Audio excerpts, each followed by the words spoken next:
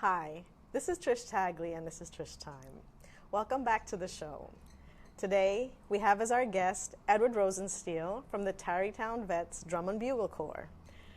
Hi Edward, how are you? Hi Trish, I'm great. Thank you for having me on the show. Thank you for being here and taking time out of your schedule to come all the way down. So why don't we start the show with you giving us a little bit about your personal background? Okay. Well, I started playing music at a young age, in about first grade. It was important to my mother that that her children all learn how to play some sort of musical instrument because her generation did not. Okay.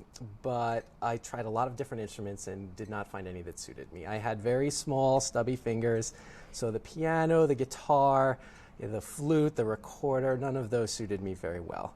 But I took very well to the trumpet because it only had 3 keys. So I studied that for a long time until middle school when I got some braces, and that made playing the trumpet very difficult.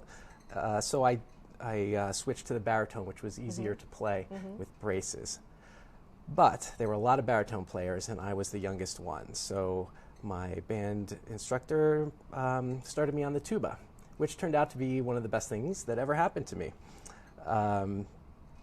I had a lot of opportunities playing the tuba that I might not have had if I played the trumpet and was one of 1,000 trumpets that are out there. Almost every group needs a tuba. So I played with the area All-State and All-State bands in high school, the Westchester Youth Symphony, which I believe is still around today.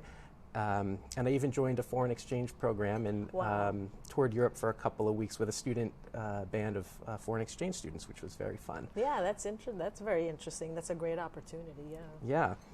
Yeah. So I continued to play in college and wasn't sure what I wanted to do with my life. I studied philosophy in college, but continued to play in a marching band and the orchestra, brass ensembles, anything I could play, I would just play. It was so much fun. And at the end of 4 years, I had a music degree cobbled together as a second major. But then I graduated and had to decide what to do with my life. Don't we all? The big question. I knew I didn't want to become a professional tuba player. There just wasn't a lot of opportunity for professional tuba players. So I decided to explore music production as a career.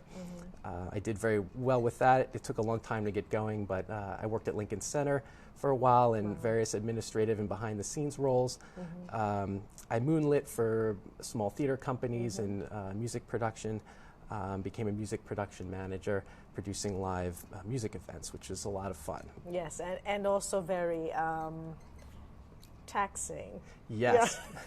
Yeah, so as I got older and I got married and had a family and moved out of the city, I needed a career transition. The nights weren't feasible for me anymore. So I made a career transition to an administrator for Purchase College, School of the Arts. I worked for a dean there, and I still continue to support music in the behind-the-scenes sort of way, but I still continue to play, and Tarrytown Vets and other marching bands in my past have been my creative outlet.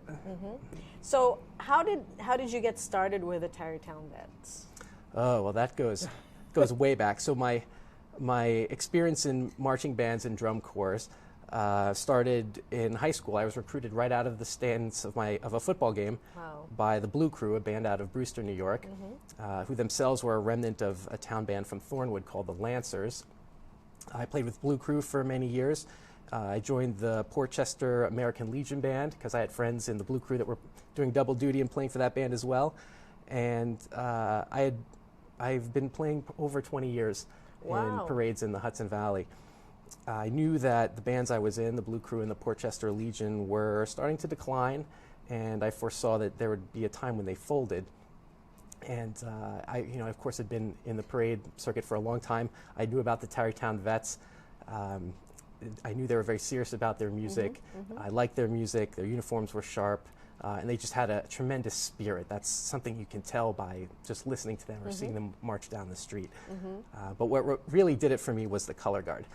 The color guard wears tall, shiny boots, swishy skirts, and they carry flags, guns, and swords. And as a tuba player, you spend a lot of time in the back of the band looking at the people in front of you, and I knew that was a line that I could follow for a long time, just about anywhere, and it wouldn't get old. So I joined the Tarrytown Vets.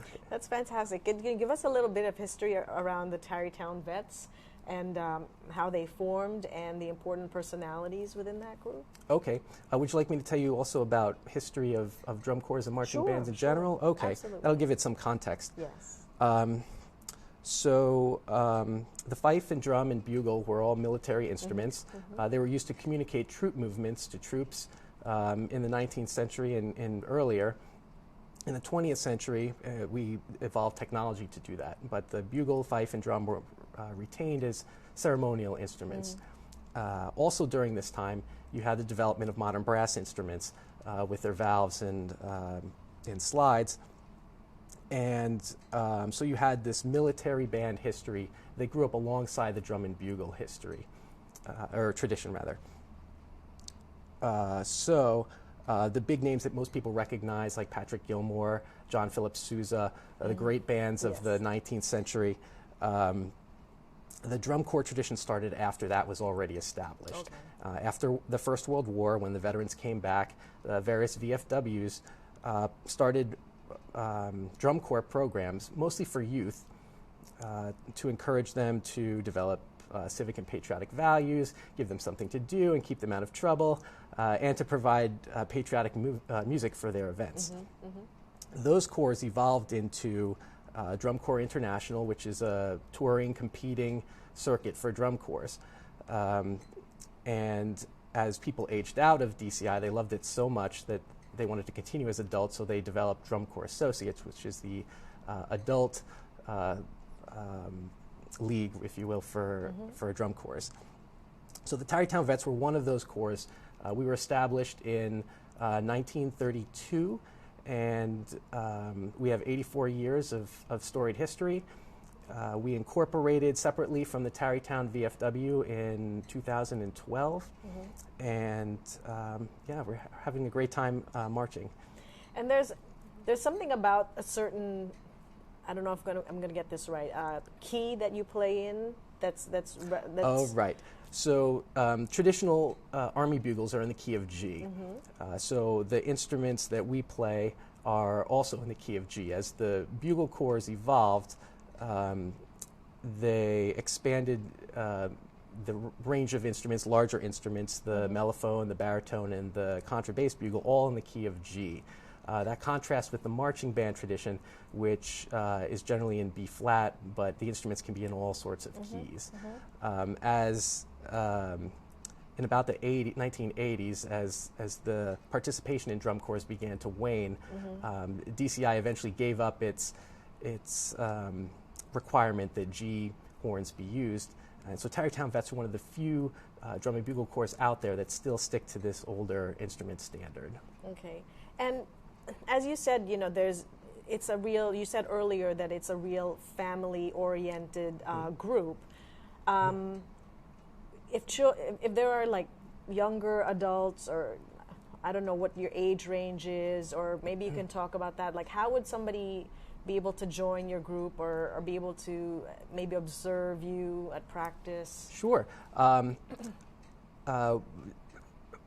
The Tarrytown Vets accept membership applications from anyone 13 years or older, so generally that's high school students, college students, and on up. We are a senior drum corps, so we're mostly adults. We have a lot of young adults. We have a lot of parents who want to play with their children. If your child plays in a high school band, it's not possible for you to jump in there and play with them, but you can do that with the Tarrytown Vets, and that's a big reason why a lot of people join. We have a lot of young adults and teenagers who are just looking for a fun, safe activity to do on a Friday night. We rehearse every Friday night in the wintertime, January through May. We also have a lot of people who are involved because of ties to the armed forces or other uniformed first responders. So we're the Tarrytown Vets. There aren't too many vets left in our organization, but we do have a few. We have several members who are currently serving in the armed forces. We have several families who have members serving in the armed forces. We have several police and firemen who perform with us. I think most of us know at least one uniformed service person, and that's a big part of why we do what we do, is to honor their service. And you also mentioned to me, prior, obviously, to this interview, when we spoke, that you don't really have to be a music major or know how to play that exact instrument, that you would teach. That's people right, who Trish. join. That's right. We're not professional musicians. That's one of the best things about this organization. It's a real community organization. We have people that range in ability from college educated all the way to people who cannot read music at all. As long as you have a small amount of experience playing something, or if not, we can teach you to march and be in the color guard. We'll accept membership applications. And it is a family organization. We encourage families to join us. At the core of our membership are several families who have been with the Corps for 3 generations, some of them. We have siblings who have grown up together in the Corps. We've had couples who have met and gotten married in the Corps. And most of us bring our children to our events. So maybe instead of Match.com, join the Tarrytown Vets Drum and Bugle Corps, and you never know. It could happen. I wouldn't join it for that reason. But No, kidding. But that's interesting to know that, it's really family oriented, and a lot of people bring, like you said, have the opportunity for the parents and the child to play together, which, again, like you said, a parent can't just hop into a school band and be like, okay, I want to play with my child. Right. And it is, if you're new to the community, it's a good way to meet new people in the community and get involved. The people who we serve are largely the firematic community, the volunteer fire community in the Hudson Valley, and the people who are involved in those organizations tend to be influential members of their community. They're the people that make the power and the highways work, and so you'll meet all types of people marching with us. It's a really good time. And you don't necessarily need to own the instrument, right? Or buy a uniform. That's right. And they're not membership fees. That's right. The Corps provides everything. We draw some income from fees for the parades that we march. Almost all that goes towards supporting the Corps, the uniforms, the equipment. We have some social events that we do. We have a dinner dance and an annual picnic on Memorial Day. And it's very interesting to me that you said that you only practice in the wintertime. That's right. Is that because there's so many events that's where you get your practices during the events? That's right. So we practice January through May, and then once the parade season starts, we can have up to 1, sometimes 2 parades a week. It can get very busy, so we don't want to tax people's time. We know people are busy. We all have families. Yes, which is why you changed careers to spend more time with your family. So where do you practice out of? We practice in Verplanck. So we're the Tarrytown Vets. We're not necessarily all from Tarrytown. Our membership ranges widely all over the Hudson Valley. We have some folks as far north as Middletown, but most of us are from northern Westchester, and we serve the same area: northern Westchester, Putnam, Rockland, Dutchess, and we have a long-standing relationship with the Palinville Fire Department in Greene County. And we do have a slide that we're going to show on the screen right now. There are 4 events left for the rest of the year. So if you do want to see them in action, see the Tarrytown Vets Drum and Bugle Corps in action, take note of the dates and where they're going to be, and be there. So tell me, are there any specific personalities that mean not mean much more than the rest, but is there a certain personality that really helped keep the tradition alive for the Tarrytown Vets? Yes, if I had to say, if there's one man who embodied the spirit of the Tarrytown Vets more than any other, it would be Harold Hassett. Harold Hassett was a drum major for us for a long time. He has over 50 years in the Corps. Sadly, he's no longer with us. He passed away in 2011. But at a real critical time in our history, when we were incorporating in 2011, Harold knew what the Corps was in its heyday.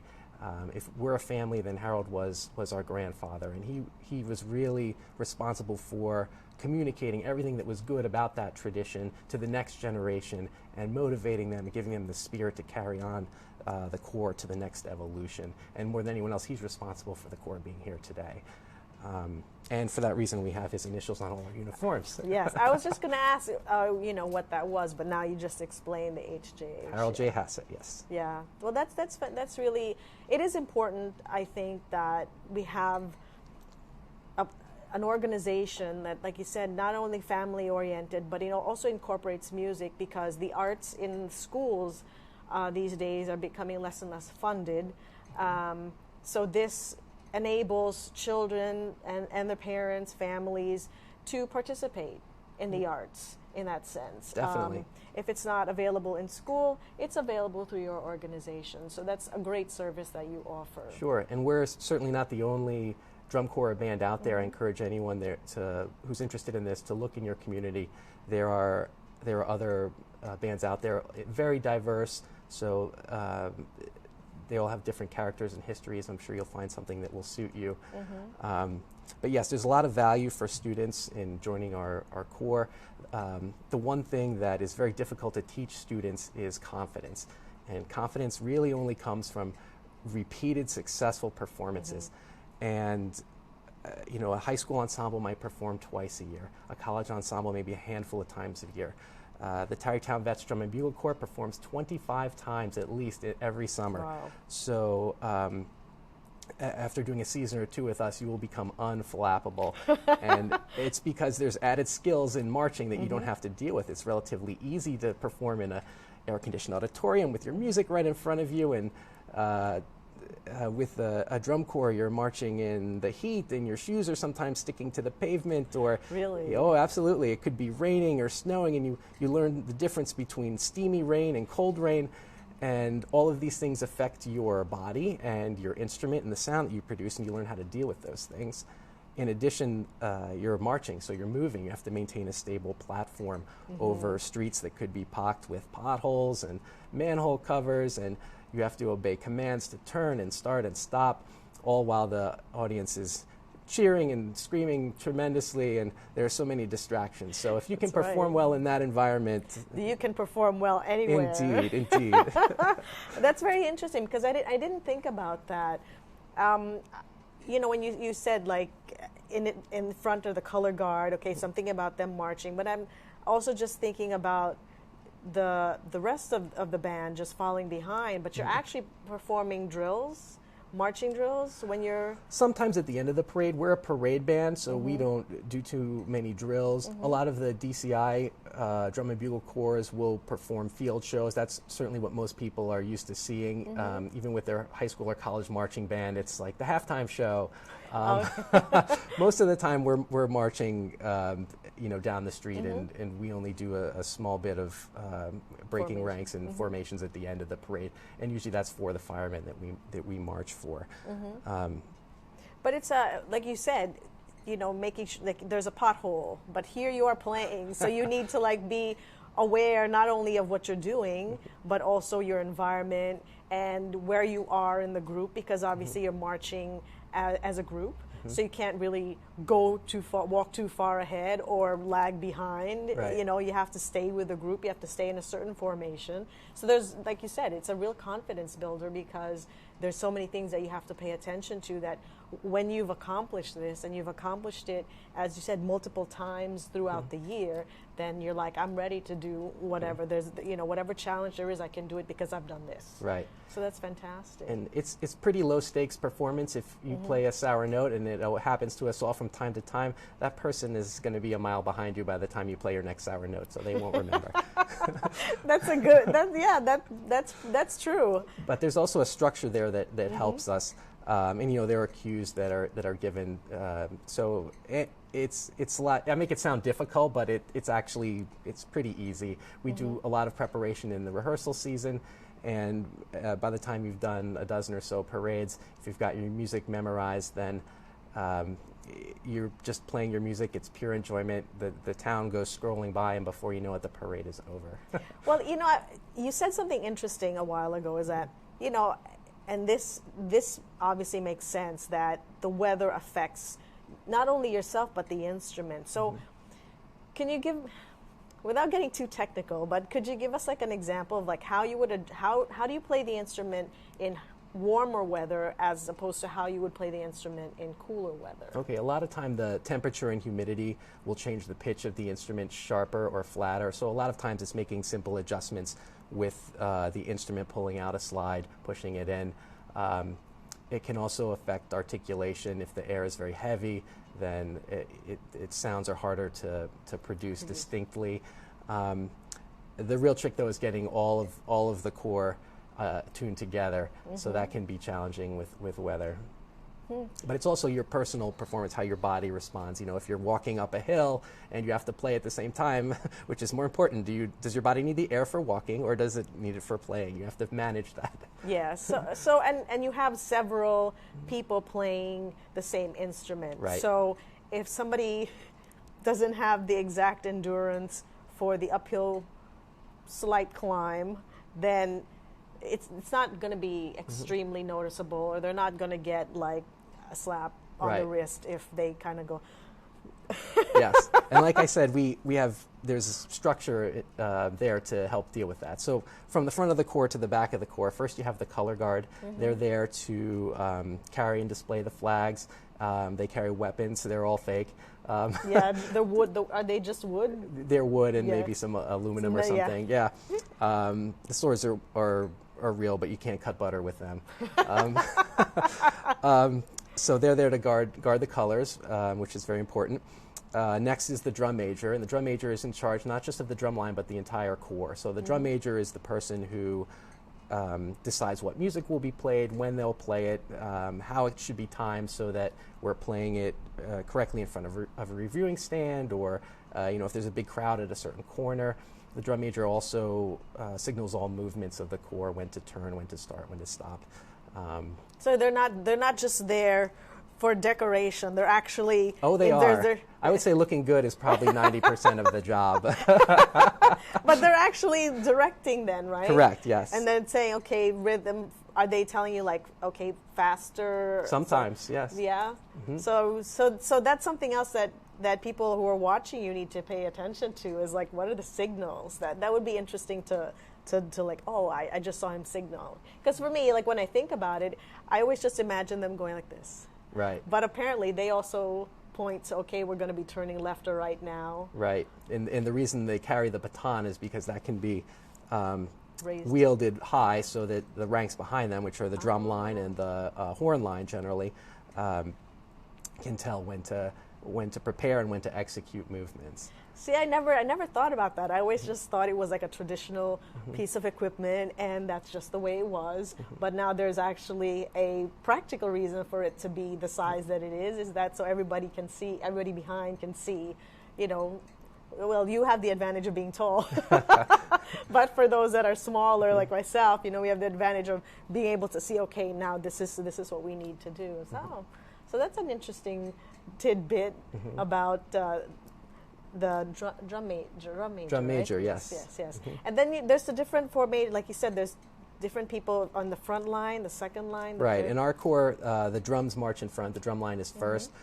We field snare drums, bass drums, and bells. Larger corps will have many more different types of drums, but we field about 30 people per parade. Some of the larger corps you've probably seen on TV, the big universities from down south, they field hundreds of people. No, we're much, much smaller. And behind them is the horn line. We field soprano bugles, mellophones, which are also bugles, and baritone bugles, and the contrabass bugle, which I have my not-so-silent partner right here. That's fantastic. And then who would, if people, our audience, would be interested in finding out about recruitment and joining, who would be the person that they would contact? Oh, they can contact me. They can contact us through our website or our email address. And we pretty much recruit all year round. Our rehearsal season starts in February, so a good thing to do is come out and see us. Contact me, come out and see us, meet us at one of our events, and talk to us after a parade. There's always refreshments after a parade. and then join us for a couple rehearsals and see if you can try us out. I know when I joined the Corps, everyone was very welcoming. Like I said, it is a family environment, and it's low pressure. You can try us out to see if we suit you, and we'll try you out to see how you do. And but I can't remember us ever turning anyone away. So everybody, you've heard that. Okay, you can join. They provide the uniforms. They provide the instruments. There's no reason not to try it out. They perform and they give you confidence, and it's a very family-oriented activity. So if you've ever thought about like trying out having music in your life, this is one of the ways to do that. And if you go to my website, and the URL should be displayed below, and download the tip sheet, the goals, maybe work it out and see if the Tarrytown Vet Drum and Bugle Corps is for you. So thank you very much, Edward, for being on the show. Thank you for having me, Trish. And hopefully you'll get more recruitment from being here. I hope so. Thank you very much for being on Trish Time. See you next time. Bye-bye.